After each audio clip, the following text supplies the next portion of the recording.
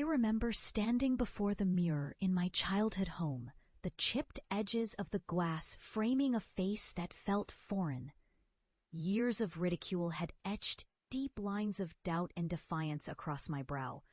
My family had long since labeled me mad, a disgrace to the name I once wore with pride.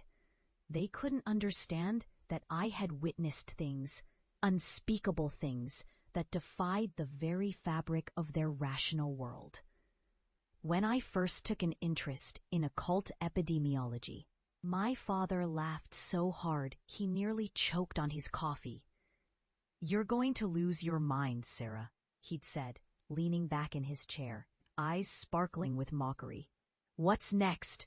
Are you going to investigate the ghosts in the attic?" My mother, feigning concern, had chimed in. "Honey, it's not healthy to obsess over things that aren't real."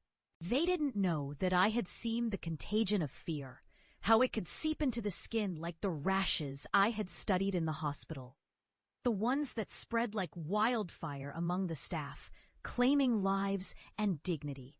Now, standing in that same house, I could still hear their laughter echoing through the corridors, a chorus of disbelief that had haunted me for years.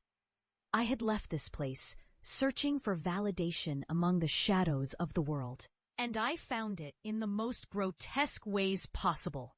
I had become an expert, yes, but at what cost?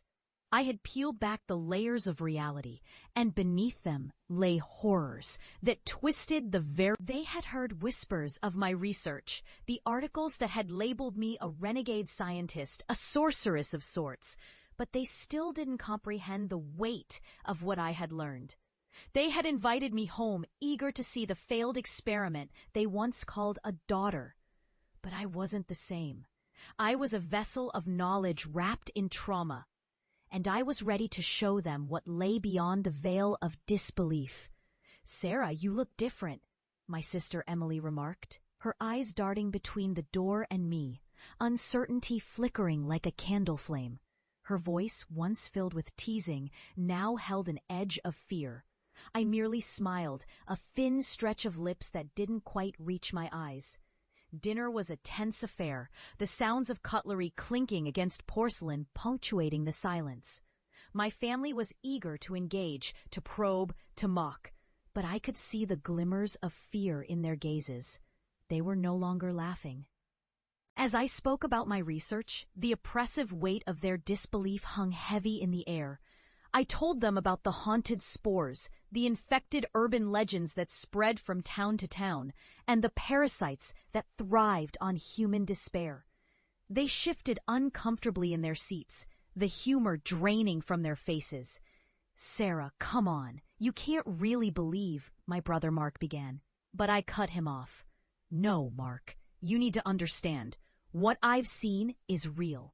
I've documented curses that can infect entire communities, and I've traced the pathways of their spread.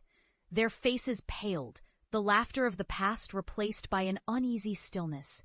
They were beginning to grasp the weight of my words, the implications of what I had endured, but they didn't know. They couldn't understand.